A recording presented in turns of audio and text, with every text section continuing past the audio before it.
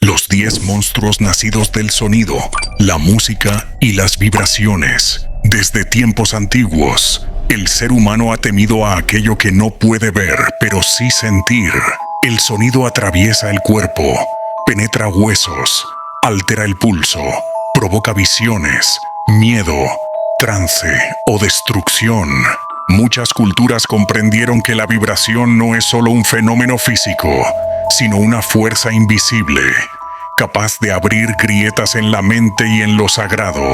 Por eso, algunos de los monstruos más perturbadores de la historia no cazan con garras, sino con cantos, lamentos, silbidos, rugidos armónicos o frecuencias imposibles. Criaturas cuyo verdadero cuerpo es la onda sonora. Entidades que enferman, atraen, hipnotizan o matan a través del oído. Este bestiario reúne seres reales del mito, el folclore y la crónica antigua, vinculados directamente a la música, el sonido y las vibraciones. No son metáforas modernas, son figuras documentadas en leyendas, textos clásicos y tradiciones orales, porque antes de que temiéramos a la oscuridad, ya temíamos al eco. 1. Las sirenas. Grecia antigua. Las arquitectas del sonido letal. Las sirenas no eran mujeres pez, como impuso el imaginario moderno, sino híbridos de ave y mujer descritos por Homero, Apolonio de Rodas y Ovidio. Su verdadero poder no estaba en su forma, sino en su canto. Un canto tan perfecto que no solo atraía, reescribía la voluntad. Los marineros no eran seducidos, eran desprogramados. Abandonaban timón, tripulación y vida para acercarse a la fuente sonora, aun sabiendo que morirían. En la mitología su música no era solo bella, sino omnisciente. Contenía todo lo que el oyente deseaba oír. Promesas, recuerdos, nombres olvidados. Algunas versiones afirman que las sirenas no cantaban melodías, sino verdades absolutas, imposibles de procesar por la mente humana sin perderse. Su isla estaba cubierta de huesos, no porque atacaran, sino porque su sonido convertía al deseo en sentencia. Son uno de los primeros ejemplos míticos de una criatura cuyo cuerpo real es una vibración. 2. La Banshee por Irlanda. El grito que mata antes de la muerte. La Banshee pertenece al folclore gaélico y aparece documentada desde la Edad Media en Irlanda y Escocia. No es exactamente un espíritu maligno, sino un presagio viviente. Su función es anunciar la muerte de un miembro de antiguas familias. No toca, no ataca, no se deja ver siempre. Su manifestación principal es acústica. Su llanto es descrito como un sonido antinatural. Mezcla de alarido animal, canto femenino, lamento infantil y viento atravesando huesos. En los relatos tradicionales, quienes la oyen enferman, sangran por los oídos o entran en estados de shock. Algunos textos registran que su grito puede romper cristales, debilitar el corazón o provocar fiebre súbita. La Banshee no causa la muerte, la sincroniza. Es una criatura cuyo poder es vibracional. Su voz existe en un umbral entre este mundo y el otro, donde se escucha el tejido entre la vida y el cadáver ya empezó a desgarrarse. 3. La Llorona, Mesoamérica. El espectro acústico del agua y la culpa. Mucho antes de las versiones modernas, la figura de una mujer espectral que llora junto al agua aparece en crónicas coloniales como las de Bernardino de Sahagún. En los presagios de la caída del Imperio Mexica, ya se hablaba de una mujer que vagaba de noche gritando ¡ay, mis hijos!, cuyo lamento atravesaba la ciudad como una vibración de mal augurio. La Llorona no se manifiesta primero como imagen, sino como sonido. Quienes la oyen describen un llanto que se mueve contra el viento, que parece surgir dentro del cráneo, que se estira artificialmente. En pueblos de México, Guatemala, Perú y Colombia, su grito se asocia con desapariciones, accidentes y estados alterados de conciencia. Antropológicamente es una entidad acústica. Su función no es aparecer sino resonar. Donde su voz vibra, el espacio se vuelve inestable. Es una criatura del umbral sonoro. No entra por los ojos, sino por el sistema nervioso. 4. Apep Apophis, Antiguo Egipto. El rugido del caos primordial. Apep, también llamado Apophis, no era solo una serpiente gigante enemiga del dios Ra. Era la personificación del ruido primigenio, del temblor anterior a la forma. En los textos de las pirámides y en los libros del inframundo, se lo describe como una entidad que no solo combatía con su cuerpo, sino con su voz. Su rugido era capaz de paralizar a los dioses, quebrar la barca solar y desorganizar el orden del cosmos. Los sacerdotes egipcios realizaban rituales específicos para silenciar a Apep, no solo para destruirlo.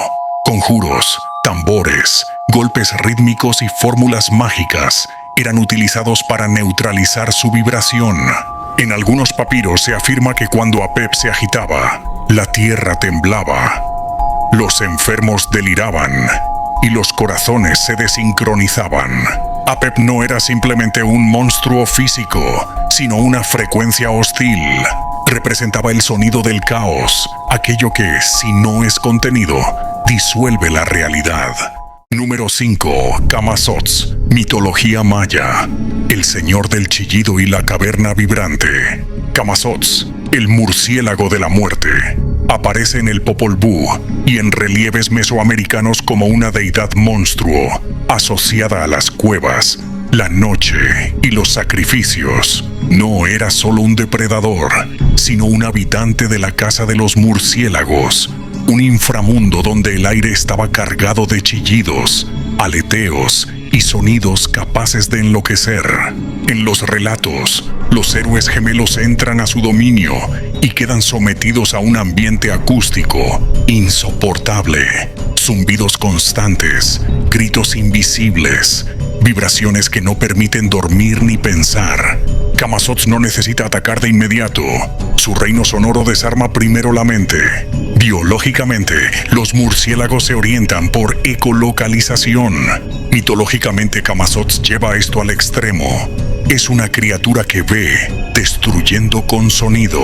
Su presencia implica un espacio donde la vibración se vuelve arma, donde el aire es un filo. Número 6. Los jinn del viento sonoro. Tradición árabe. Espíritus hechos de vibración. En múltiples textos islámicos y preislámicos, ciertos jinn no son descritos como figuras humanoides, sino como remolinos, susurros, silbidos, golpes en el aire o cantos que surgen del desierto. Algunos no se manifiestan visualmente, se anuncian como zumbidos que rodean al viajero, voces que llaman desde ningún punto, vibraciones que hacen perder el sentido de dirección. Crónicas beduinas recogen casos de personas que enfermaron o murieron tras escuchar el canto del simún, un sonido previo a ciertas tormentas del desierto, que se atribuía a entidades invisibles. Se creía que estos jinn entraban por el oído, provocando fiebre, parálisis o locura. No todos eran malignos, pero todos eran peligrosos. Su naturaleza no era corpórea, sino energética. Eran seres de resonancia. No caminaban, oscilaban, no tocaban, desorganizaban la frecuencia del cuerpo humano. Número 7. El olifante espectral. Bestiarios medievales y folclore alpino. El monstruo que rompe con su llamada. En varias regiones alpinas y germánicas se hablaba de bestias invisibles o semivistas cuyo anuncio era un bramido profundo que hacía temblar montañas, provocar avalanchas o reventar oídos. Algunos bestiarios tardíos mencionan criaturas similares a elefantes o bóvidos gigantes que habitaban cuevas y no atacaban directamente. Su arma era el sonido. Se decía que cuando estos seres llamaban, la vibración recorría los valles, quebrando rocas, desorientando rebaños y haciendo caer a caminantes. En manuscritos monásticos se los vincula a demonios del aire espeso, capaces de aflojar los huesos, mediante bramidos prolongados. Estas criaturas no fueron tratadas como animales, sino como anomalías acústicas encarnadas, monstruos que existían en la frontera entre cuerpo y eco. Su aparición reforzaba una creencia medieval, que ciertas vibraciones podían matar sin tocar. Número 8. El flautista de Hamelin, Alemania, siglo XIII. El hechicero acústico. Registrado en crónicas reales del siglo XIII, el flautista no nace como cuento infantil, sino como figura perturbadora vinculada a una desaparición masiva de niños en Hamelin. Las primeras versiones no hablan de ratas, sino de un hombre vestido de colores que tocaba un instrumento cuyo sonido anulaba la voluntad. Su música no era solo atractiva, era direccional, guiaba cuerpos como si fueran limaduras. Testimonios medievales describen que quienes lo oían entraban en una especie de trance caminante, sin gritos ni resistencia. Seguían la melodía hasta desaparecer. Desde una lectura antropológica, el flautista representa al monstruo músico, aquel que domina la conducta mediante ritmo, repetición y frecuencia. No secuestra, programa, no arrastra, sintoniza. Es una de las figuras más antiguas de control sonoro de masas convertida en entidad. Número 8. El flautista de Hamelin, Alemania, siglo XIII. El hechicero acústico. Registrado en crónicas reales del siglo XIII, el flautista no nace como cuento infantil, sino como figura perturbadora vinculada a una desaparición masiva de niños en Hamelin. Las primeras versiones no hablan de ratas, sino de un hombre vestido de colores que tocaba un instrumento cuyo sonido anulaba la voluntad. Su música no era solo atractiva, era direccional, guiaba cuerpos como si fueran limaduras. Testimonios medievales describen que quienes lo oían entraban en una especie de trance caminante, sin gritos ni resistencia. Seguían la melodía hasta desaparecer. Desde una lectura antropológica, el flautista representa al monstruo músico, aquel que domina la conducta mediante ritmo, repetición y frecuencia. No secuestra, programa, no arrastra, sintoniza. Es una de las figuras más antiguas de control sonoro de masas convertida en entidad. Número 9. El gong fantasma de Horyuji, Japón. La vibración que enferma. En registros del periodo Nara y en leyendas asociadas a templos budistas, se menciona un gong maldito cuyo sonido provocaba fiebre, visiones y muerte progresiva. Se creía que ciertos instrumentos, al ser tocados en rituales impuros o funerarios, retenían una impresión vibratoria. Monjes documentaron casos donde un solo golpe causaba desorientación, sangrado nasal y parálisis. El instrumento fue aislado.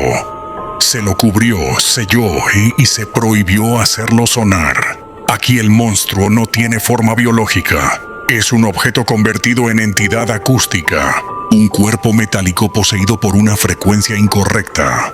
En la tradición japonesa no todos los yokai tienen rostro. Algunos son vibraciones que adquirieron intención. Este es un monstruo sin boca, que solo existe cuando se lo escucha. Número 10. Cthulhu. H.P. Lovecraft, con raíces míticas.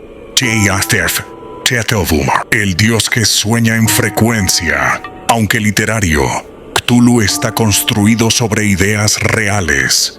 El sonido como vínculo entre dimensiones. En la llamada de Cthulhu, su presencia se manifiesta mediante sueños colectivos, pulsiones mentales y una transmisión no verbal. No habla, emite, no grita, irradia. Cultistas en distintas partes del mundo entonan cantos idénticos sin haberse conocido. Escultores sueñan formas imposibles. Marineros oyen vibraciones antes de ver la ciudad emergida. Cthulhu no viaja por espacio, viaja por resonancia. Lovecraft se inspira en teorías de vibración, radio primitiva, teosofía y biología abisal. Su monstruo no ataca, sintoniza organismos. Es un dios frecuencia. un parásito de conciencia transmitido como onda. Cthulhu es la cristalización moderna de una idea arcaica, que el sonido puede ser un dios,